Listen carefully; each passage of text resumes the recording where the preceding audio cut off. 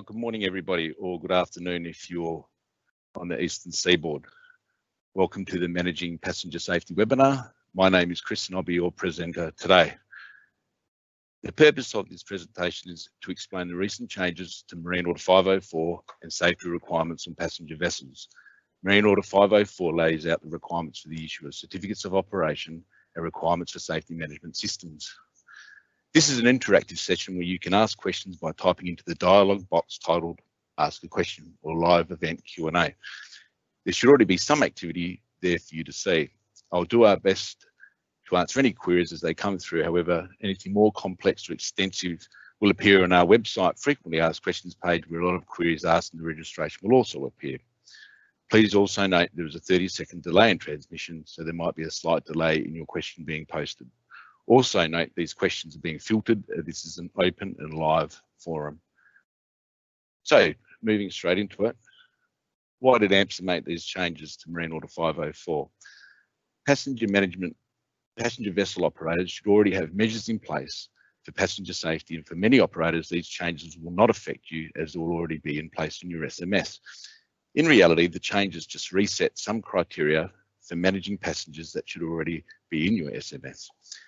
Passengers are your business, they are your income. Poor passenger management can result in devastating circumstances, which in turn could lead to financial loss, legal proceedings, and bad reputation. Here are a few scenarios on this screen where correct passenger management may have prevented the more serious outcome. So we saw an operator had left a passenger on an island during a cruise from Broome to Kununurra. A passenger on a party boat fell overboard and was unaccounted for an excessive period of time and then passed away. And we've had multiple occasions where swimmers, snorkelers and divers have been left behind. As mentioned, most passenger vessel operators already have some sort of measures in place for passenger safety. The Marine Order now gives more clarity on passenger management and expectations. Bit of history. Marine Order 504 took over from NSCV Part E on July 1st, 2018. Lots of safety management systems still refer to Part E, so it's important that your SMS complies with Marine Order 504, the correct regulations. Mandatory requirements were already and should already be in place in your SMS for passenger count procedure and ensuring you know where passengers are to conduct a count or verify at any time. So what are the changes? If your vessels conduct operations that meet all three of these activities, you are required to comply with the passenger headcount requirement changes in Marine Order 504. These are if you operate in B, C, D gazetted waters or E waters outside of daylight hours. Your vessel is certified, surveyed or permitted to carry 75 passengers or less. The voyage is 30 minutes or over. All vessels need procedures for effective and verifiable passenger monitoring. There needs to be an additional emergency procedure for unaccounted passengers. Passenger counts are required at specified points like embarkation, disembarkation, water-based activities like diving or snorkeling. All these counts should be recorded in the vessel logbook.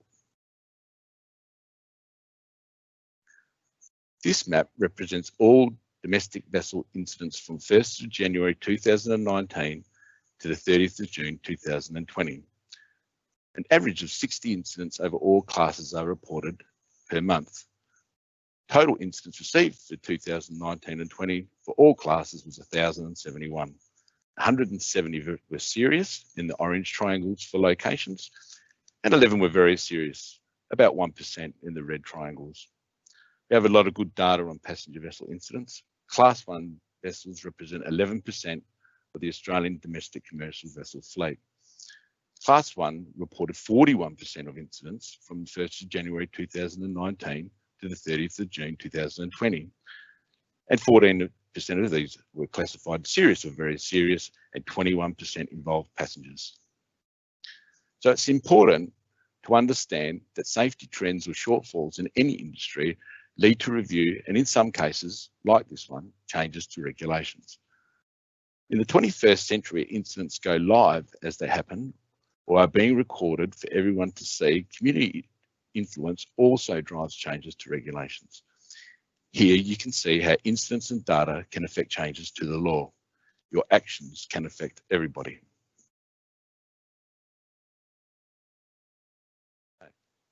No matter if you are a vessel owner, master, crew, passenger, or just a worker, your actions in a workplace reflect on your colleagues, family, friends, and the wider community.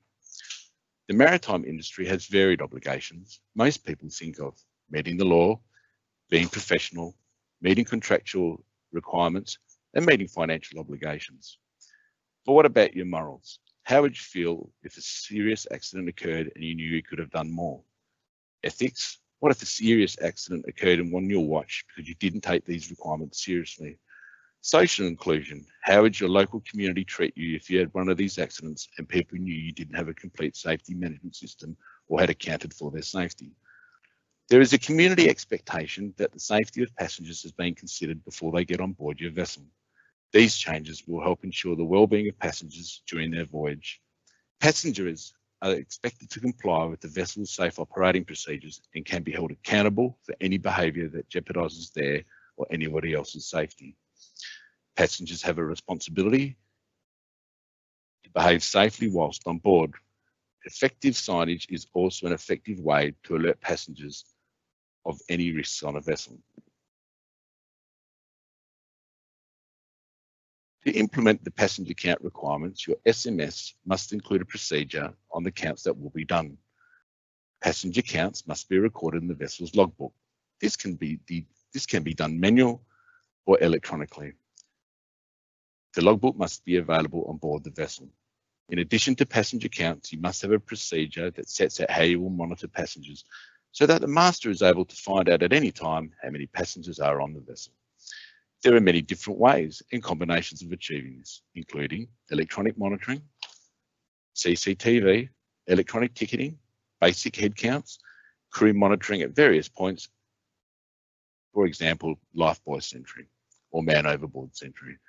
These processes must be documented in the SMS and crew trained and assessed as competent to complete your tasks. Counting passengers at or around the time of embarkation or disembarkation does not have to be done literally at the point a passenger crosses from the vessel to the wharf. For example, it could be done within the first few or last minutes of a voyage, or it could be done at a muster point on land just after passengers have disembarked. The outcome must be an accurate record of the number of passengers embarking and disembarking the vessel. Think about what's practical and effective for your particular operation.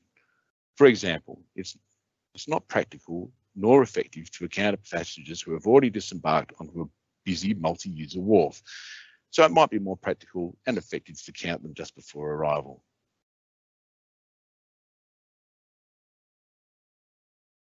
All passenger vessels should have a compliant safety management system in place, which has been a national requirement since July 2015.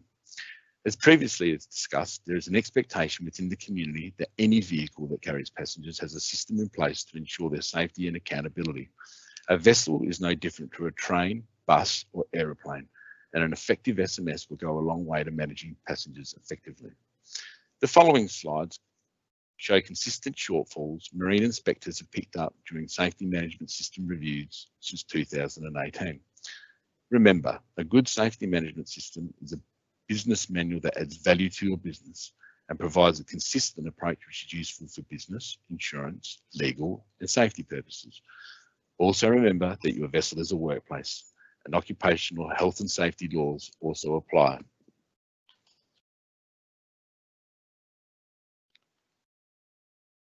Your safety management system needs to identify and explain the responsibilities of everyone involved in your operation, from the owner, master downwards to the crew and even passengers.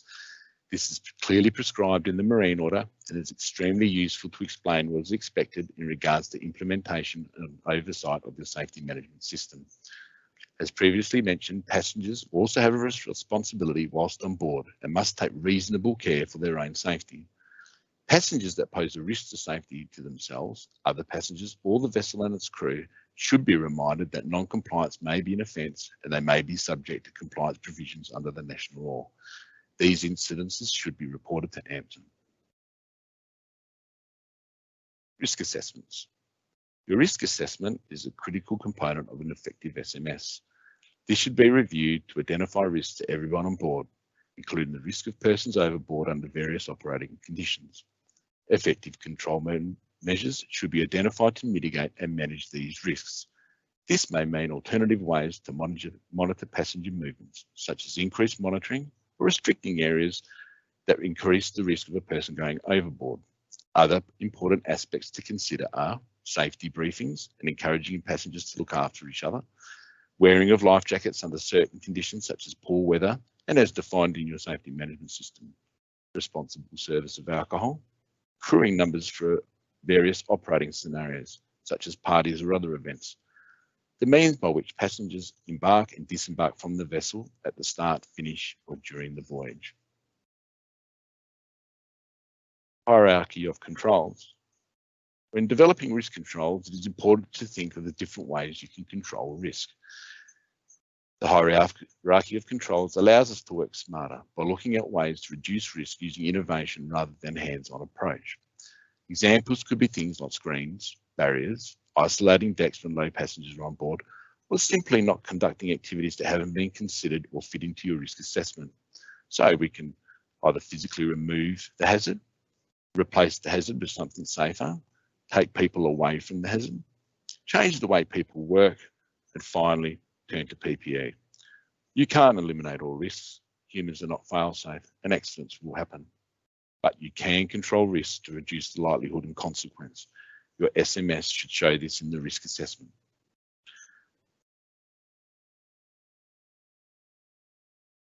Crewing assessment. It is a requirement that all domestic commercial vessels have an appropriate crewing assessment in their safety management system. Look at all the various operations you undertake, which you have risk assessed, and nominate members of your crew to conduct these different operations, particularly emergency responses like man overboard, fire, or medical evacuation. Ask yourself if this is possible with your current manning and document this in your SMS. Here's a good example of a risk assessment. You may also need to think about controls to assist your business, including appropriate policies to cover crew, passengers, injuries and illness, vessel damage, and loss of income and access to legal counsel. As mentioned, passenger incidents can be high profile in the media, and being prepared for any interviews or requests for comments should be considered. Risk assessment, as previously mentioned, is the most important part of your SMS and is the foundation. Logbook records are required to be documented and available if requested by a marine inspector. You need to record within your logbook details of any incidents, injury, any assistance that you render to another vessel, unusual occurrences, emergency communications, if you're using the boat recreationally, and of course, passenger headcounts must be recorded. You can also use your logbook to record other things like vessel activities, movements, weather, training, drills, any review of your SMS, maintenance that you've done, and regular inspections against procedures in your maintenance plan. Don't forget, a good logbook that records all this information is valuable to operators as a record of events and a snapshot of that day's operations. You should already have comprehensive emergency plans on your passenger vessel. These must include the listed emergencies here as a minimum. Operators should already have these, as I said, in your SMS. The new changes to Marine Order 504 requires that operators have a procedure for persons unaccounted for, which should also include the need to identify and assess an action. Your updated procedure should consider assessing the vessel, assessing the voyage, when the person was last seen and potentially where they may have disembarked unknowingly or potentially fallen overboard. This is important information. Identify the persons so contact options can commence, and alert authorities or other means of assistance where a search may need to take place, including yourself. As previously mentioned, a lot of operators will already be doing this. Maintenance. A documented maintenance plan is also required as part of your SMS. Many reported incidents are attributed to poor maintenance practices and can result in closer operational security if they pose a risk or culture of bad practice. Here are some simple examples of how your maintenance plan may look. Your SMS should identify the frequency of maintenance on your vessel, which may be driven by statutory requirements, manufacturer's policy or expiry, or identified in your risk assessment.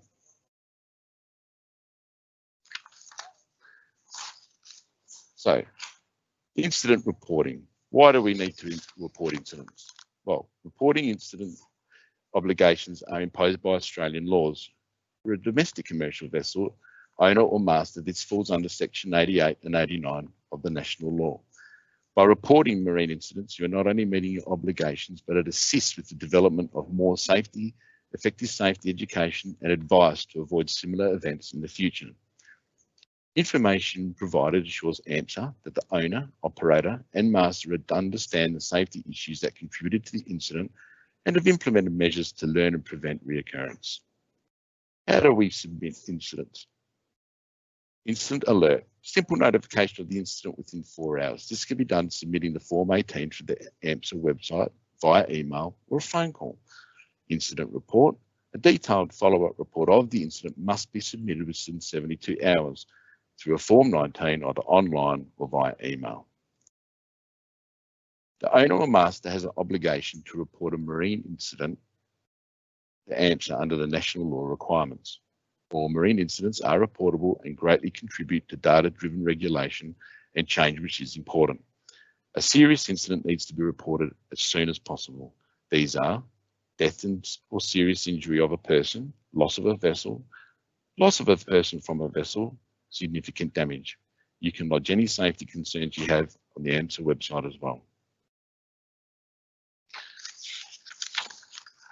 So let's sum up on the changes and what that means for operators.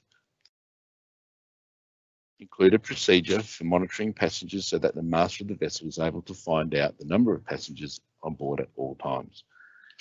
For certain types of operations, undertake a count of passengers on board the vessel on embarkation and disembarkation, as well as any water-based activity, or stops along the voyage.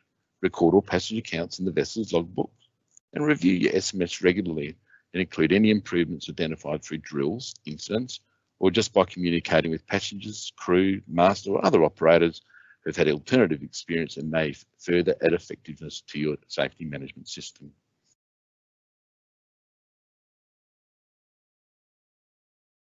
AMSA aims to continue to conduct regular inspections across the country, and MSI will endeavour to contact you to ensure common agreements we can inspect so as not to disrupt your operation. AMSA should provide a letter on these occasions explaining their purpose. Operators should have their documentation readily available, including the vessel's certification, including for statutory requirements and safety equipment. That's your certificates of survey, operation, safety management system, and logbook. A marine safety inspector can inspect your vessel to ensure it meets the appropriate safety and survey requirements, as well as your SMS or ask questions about the vessel's operations. AMSA conducts a number of planned focused inspection campaigns based on areas of concern that are driven by data derived from incident trends, intelligence, or a pattern of non-compliance. Here is our AMSA's approach to compliance. Most operators want to do the right thing and operate at the base of the compliance triangle. However, sometimes AMSA needs to take action against operators that don't want to operate safely or choose not to. There are various compliance mechanisms that AMSA marine inspectors and marine safety inspectors can utilise to address at-risk behaviours and non-compliant activities, and they include the following: improvement notices, direction notices, prohibition notice, and in really serious cases, detection notice can be issued. Breach reports can also result in cautions, infringements, and prosecution.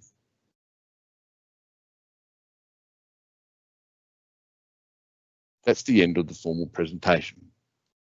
I don't see we have any questions posted, so if there's any final questions, please submit them online and we can address them, or if not, the questions that were put forward as part of the registration will appear on our FAQ page. So thank you for registering and attending this webinar. Please note that there are other resources giving guidance and support on these changes, and they're available on the AMSA website, through AMSA Connect, through your inspector whilst you're getting inspected. AMSA provides safety management system guidance and passenger management signage stickers, which are also available online, or you can go through your local AMSA office and make your queries there to the liaison officer or marine inspectors. That's the end of the presentation. Thank you. See you next time. Goodbye.